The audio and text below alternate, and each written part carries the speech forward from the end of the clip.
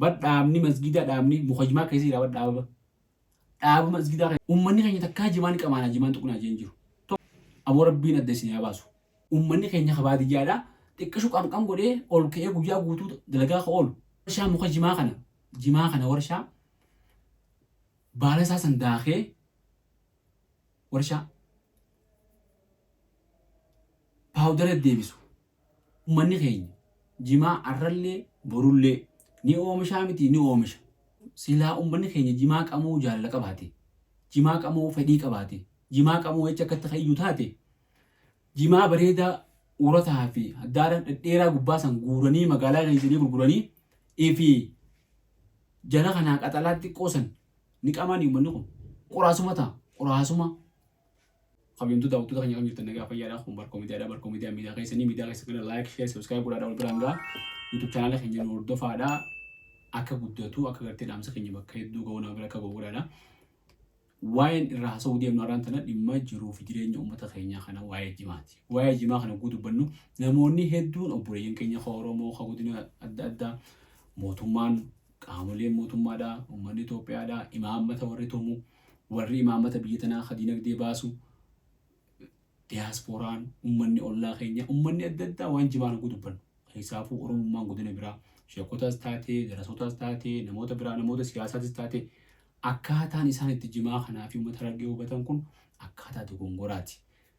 Waan kana lafaa fuudhee akkanumatti hin jiru mee rabbii isin uumetti amanaati. Warri keessaafuu warri ammaa jimaan haraamichu jiru sheeka. Sheeka jechuun nama karaa rabbii irratti nama yaamu sodaa rabbiitiin nama yaamu. Mee sodaa rabbiitiin nu yaama isin yaamnu sheekan. Akkuma inni sodaa rabbiitiin nu qabasanitti sodaa rabbiitiin isa qabne ummanni argee kun jimaa ni qamaanaa takkaa jee takkaa ni qamaanaadhaaf jimaa dubbanneen beeku waan takkeetti nu hubadhaame mee nu hubadhaame namni viidiyoo kana arkundi viidiyoo kana yoo biraan ga'a naa hubadhaa takkeetti tana dhimma kiyyaa miti wani dubbachuu jiru kun dhimma ummata argee ummata miliyoona hedduuti ummanni miliyoona hedduun kun wanni isaan jiraataniin jimaa kana muka kana rabbiitu biqilchee kanneef ummata kanaaf muka jimaa kana jalatti waraabaysee agabuu jala bula muka jimaa kana ganda kan deemaa waa barbaaddata. Muka kana rabbiin maallaqa nuu deebise. Waan rabbiin namaa kan nu beekan ni maasaati. Hayyee muka kana silaaniiwu akka muka kanarraa galee argachuu jirru. Muka kana silaa mana galchinaawu. Ifi mana keessa bullee muka keenyaan alam bulchinu. Qabbana keessa aduu keessa bulchinuu silaa. Mana galchuu qabnaawu silaa tijaarree. Dallatti tijaarree jirra silaa'uu ajaa'ibatti tijaarree silaaniiwu mana galchina. Maaliif akkas jiruu fi jireenya keenyaatu sirriitti hundaa'a. Ummanni argee jimaa qamuu fedhaa isin fakkaatti. Taa'ee jimaa qamuu fedhaa zaatii 25 isin fakkaatti. Waan isin fakkaate kana nutti himina haa jedhan nu dhageeffadhaa haa. Bar abbaaf beekaa waan kana. Abbaarra beeku budaa fi maali jennu Oromoon nu dhageeffadhaa jimaa kana akkam gootanii akkam isin taa'aa jiran gaafadhaa. Ummanni argee kun jimaa qamaatee mammaraatu. Ummata sibiilaan dhagaa cabsu eela qotuudhaaf. Ummata gaara cabsee khaabii dhahee lafa gatteessee dhagaa dachee keessatti awwaalee jimaa gubbaa dhaabu. Dhagaa dachee keessatti awwaalee uummata gubbaa shingaa facaafatu, boqqolloo facaafatu. Uummata addaati uummanni kun. Uummata halayyaa walitti diigee diriirsee irraa oomishatu dachiin isaanii gaara. Uummanni kun dalagaa humnaa tana dalaguudhaaf akkuma namni tokko si'eessituu buna barbaadu, shaayii barbaadu, namoonni waan adda addaa barbaadutti si'eessituu sanii jecha jimaa kana dalagaa humnaa waan dalaganiif qamaan. Nuu badhaa takkittan uummata Muhammad. Qamaatii kana silaa jimaa kana qamaatiidhaa feede uummanni kun.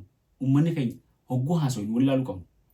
Uummata magaalaa keessaa iyyaaloo magaalaa keessaa bakka adda addaa hajimaa gubbatti waan adda addaa dabalatee waan biraa keessa qotu nun naqatu san. Jallaan bakka hunda jira akka hunda keessa jira. Jimaa qofaa miti. Namni waan biraatti jallaan jallu. Jallaa keessanii fi danda'adhaa ilmaan keessan ta'anis biraa ta'anis rakkooteen nyaamiti. Jimaa keenya ni gurguranna dandeessan keessan kaqamuu dhorkadhaa. Wanni nuti haasa'u jiru jimaa kana gurgurachuudhaa malee takkaa jimaa qamuudhaa inni dubbanneen beeku. Uummanni keenya wali dubbachuu jiru. Sheekotiin teenya wali dubbachuu jirtu. Waa'ee uummanni jimaa haa qamamu. Rabbi qamaatii taa'ee da'uu fi janiitii miti. Jimaa isaanii maallaqa rabbi haa godhuuf dawaa dhukkubaa biraatu rabbi haa godhuuf jedhanii du'aa godhu jiran maallaqa saaqaleessu jedhanii. Silaa namni islaamaa tokko inni yaaddoof qabu hogguu ummanni islaamaa waggoota dabran kana ummanni keenya honga itti buutee jimaan isaa gatii dhabee lafa cirame. Ummata kana jimaa isaanii kana bakka rabbi itti haa godhuuf, ummata kan jiru jireenya isaanii rabbi haa jijjiiruuf, oomisha isaanii rabbi haa qaalessuuf, madda galii isaanii rabbiin olaa kaasuuf ummanni islaamaa kun hoggaa horiin jabaate, qabeenyaan jabaate, waa hundaan dandahee diin babal'isa jedhanii gamasitti du'aa nu godhu qaban. Hogguu duba jimaa kana haraamin naadhaan farrajanii haraam godhanii oomisha ummata kanaa zeeroo deebisan. Hayyee ummata islaamaa kuffisuu deeman ummanni kun ummata islaamaa kaasuu deeman. Ummata islaamaatti faallaa ta'uu jechuun beekanii taa'us beekuu baatanis. Yoo isaan beekuu baatanis nuti beekne jechuudha. Nu gaafachuu qaban. Amma namni hundi kaasu jira. Masjida kanaan jaaranne, darasaa kanaan qubsiifanne, majlisa kanaan jaaranne. Bar masjida jaaruun bar maallaqa isaan ilaaliname, qorqorroo ilaalina. Bar dhaabni masjida dhaabni mukajimaa keessa jira bar dhaaba. Dhaaba masjidaa keessa waan kana namni hedduun hin beekumsa. Harargee tanatti mana guu jaaran. Dhaaba manaa keessa muka jimaa guddaa jira, muka jimaa hogguu akka malee dheerate. Hudduu ciran deebisanii jalatti qottoodhaan. San dallaan ijaarratan, manaan ijaarratan, bobeessa godhatan, waa meeqa itti fayyadaman. Jarana waan kana irraa hambatina. Mukni jimaa kun faayidaa meeqa qaba? Wannummaan muka jimaa ta'uu habbaan takka itti darbamtu hin jirtu. Baalli isaa kan qamaamne jechuudha. Boolla darban dikee gabbattu ajaa'ibaa ta'a. Mukni isaa kun bobeessa ta'a. Kun akkama jennetti dallee fi dhaaba manaa ta'a. Kun qoraasuma ta'a. Qoraasuma waan kana agartee namni beekne yoo jiraatte baraarra haasa gartee itti weelkaa itti aannan elman kana mukni jimaadhaa qoraasanii akka malatti urgaa. Ija isaanii qoraasan, isaanii qoraasan. Akka ajaa'ibatti urgaa. Wannummaan isaa tun takka lafan buutu jechuudha. Jimaa kana. Dikeen baala isaa akka ajaa'ibaati. Mee waan kana akka waan biraatti ilaalina hubadhaa waan kana waan uummanni fayyadamuuf. Oomisha isaa kana wanni uummanni oomishuuf silaa uummanni keenya jimaa qamuu jaalala qabaate, jimaa qamuu fedhii qabaate, jimaa qamuu jecha akka itti fayyuu taate, jimaa bareedaa urataa fi addaadha dhedheeraa gubbaa san guuranii magaalaa keessanii gurguranii fi jala kanaa qaxalaatti qoosan ni qamaan uummanni kun.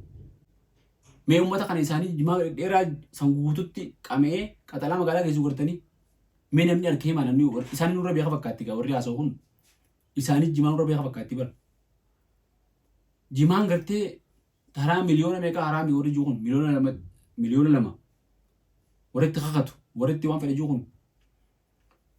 Mee nu gaafadhaa waan jimaa nu gaafadhaa isinii miti waan biraa isin gaafanna isin waan garbuu isin gaafanna garbuun maal taatii isin gaafanna. Mee garbuu hogguu gurguran namni farshoo itti dalage ati gurguru farshoo dalagaa qaban qabdu maal badii qabda. Jimaa keenya qabee namichi cabsii yoo gubbatti daate nuti maatu naqate as keessa. Namni waan adda addaa akka adda addaatti fayyadamu. Kanaafuu uummanni keenya jimaa arrallee borullee ni oomishaa miti ni oomisha. Ammoo akkana guujan jimaa taa qamaa namni jee tokko hin jiru. Sheekotiin keenya takkaa taa qamaa nu jettee jirtu. Abbootiin keenya takkaa nu jettee jirtu. Haawwatiin keenya tokko namni taa jimaa qamaa jeen jiru. Dargaggeessi hedduun taa'ee wanni jimaa qamuuf dalagaa dhabeeti dalagaatti godha. Warri mootummaa abbootiin qabeenyaa warri gartee sheekotiin tamma dubbattuunis dargaggeessaa taa'ee qama warri jiru. Dalagaa dargaggeessaa nama daatutti godha. Dargaggeessi dalagaa tuffatee osoo hin ta'in dargaggeessi baratee barnootaan lafa taa'u dalagaa dhabee taa'u jira. Warshaan tokko hin jiru. Mee warshaa muka jimaa kana warshaa baala isaa san daakee warshaa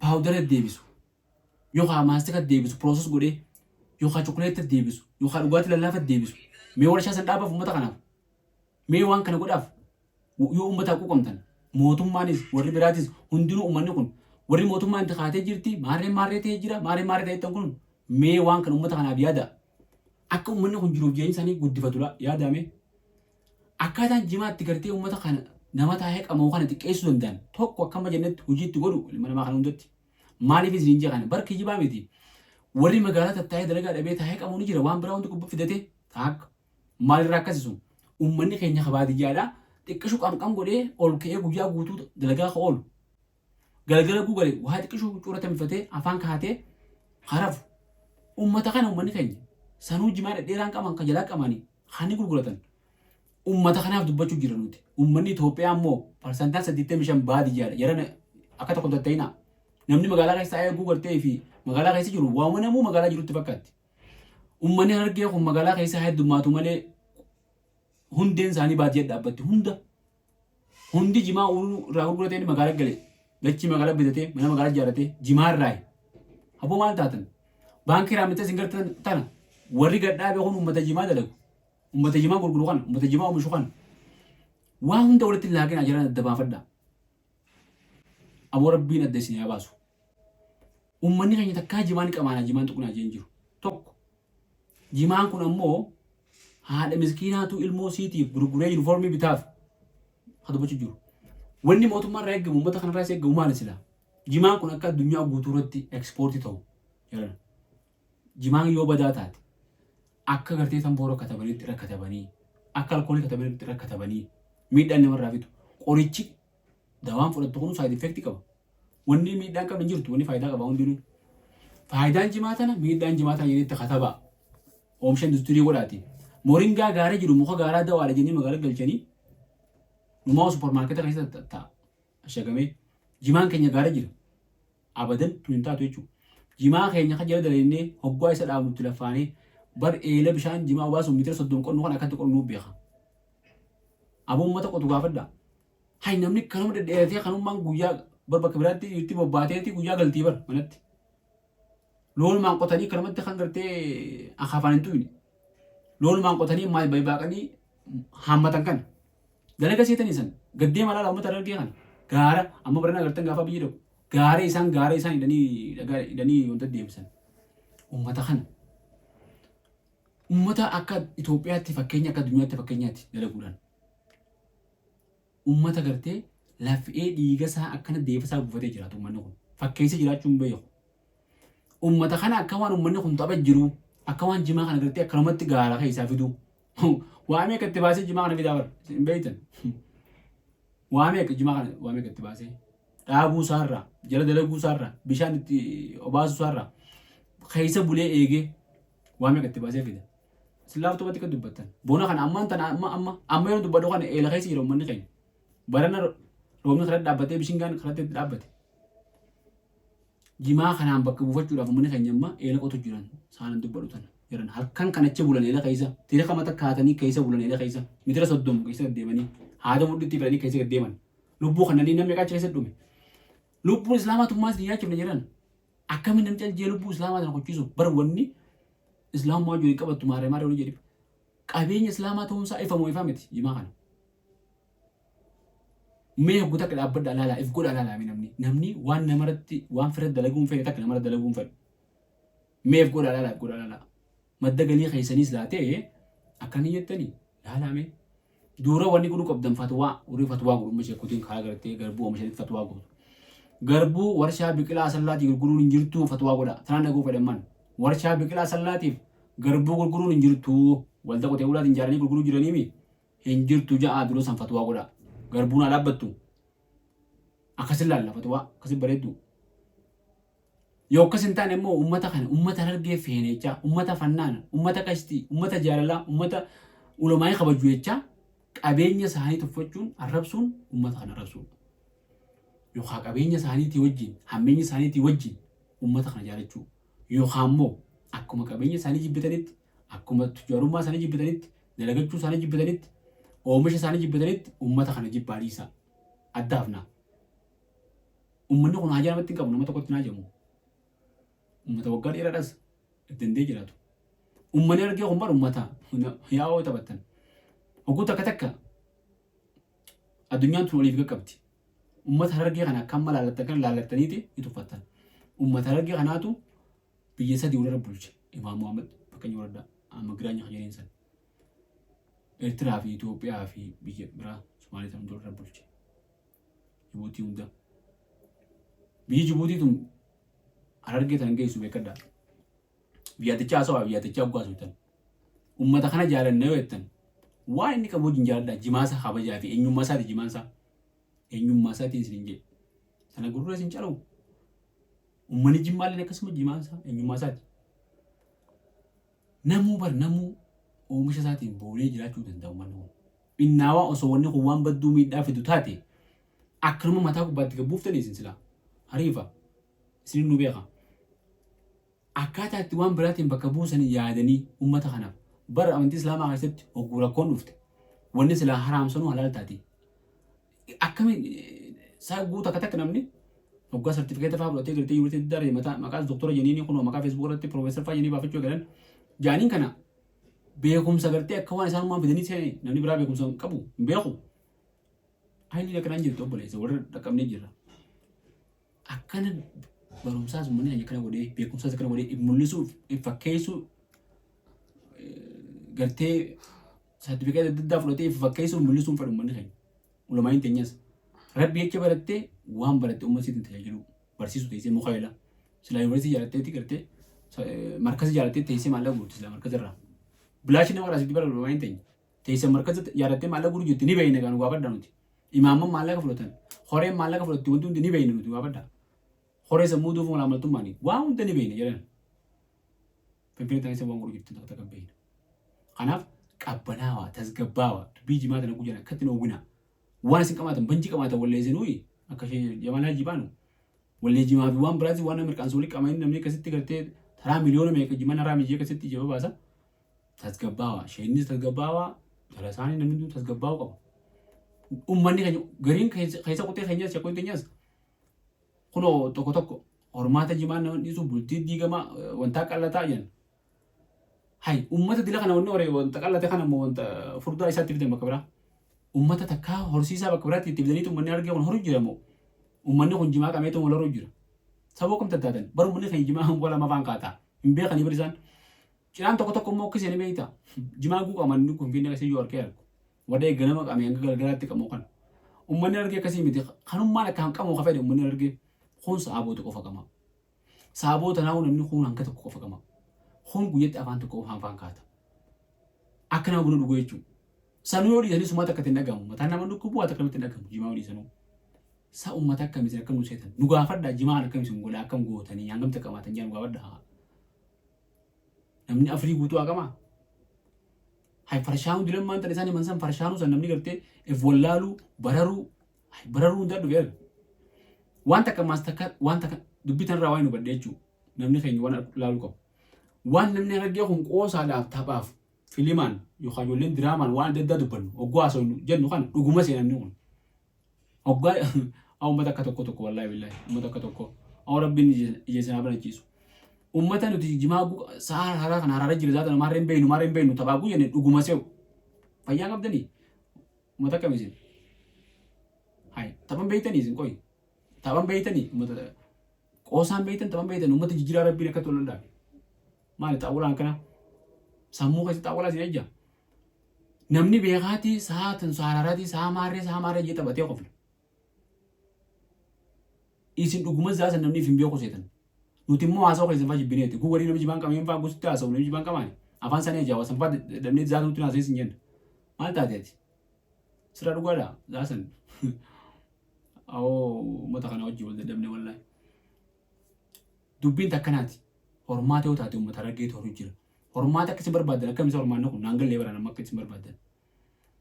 Hormaanni kun hanguma aadam haawatti haajime haajamuudhaami horuudhaami ilmaan dhaluudhaami. Horuutti hin jirru isaanii horsiise moo isaaniitu ilmaan dila kana.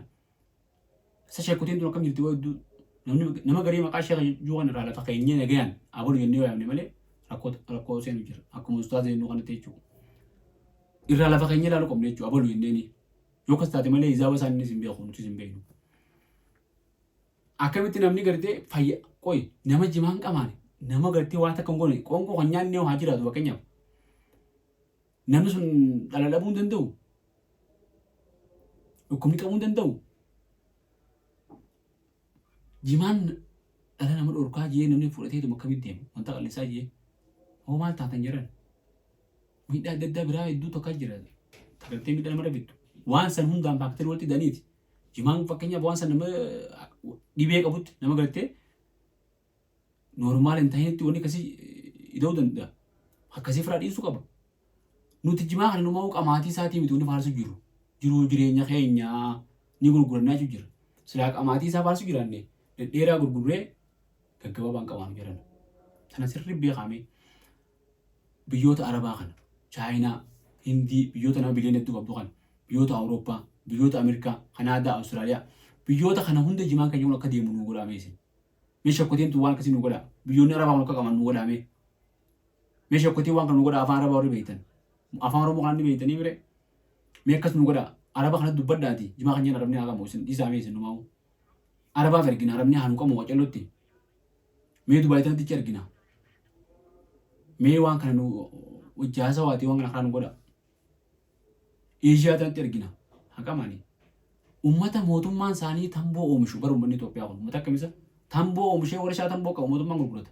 Farshoo oomishee farshoo gurgurata mootummaan. Ummata kanaatu jimaa dubbata. Sabuu maal taatan? Mee farshoo irratti hayyee gaafii namni qabu ni jira. Miidhaa qabaachuu irratti. Farshoo mootummaan oomishee gurguraan siin jee bara warshaa qaba mootummaan. Farshoo tana mootummaan kun haadhii sumaan jiin takka.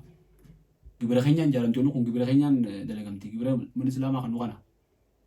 Maal taatan?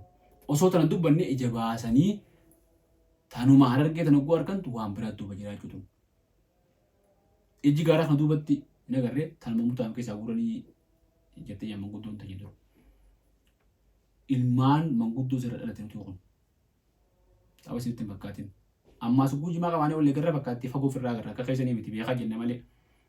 Taphanna malee akkas hin jettan kanaa miti. Uummata gartee waan haasawanii waan lallabaniif. Uummata qulqulluu ummata garaa qulqulluuti kan akkana jettanii aliyyaa fi naqina. Ummata waa hunda beeku ummata waa hunda adda baafatu. Waa hunda guyyaan eeggatu yeroo eeggatu.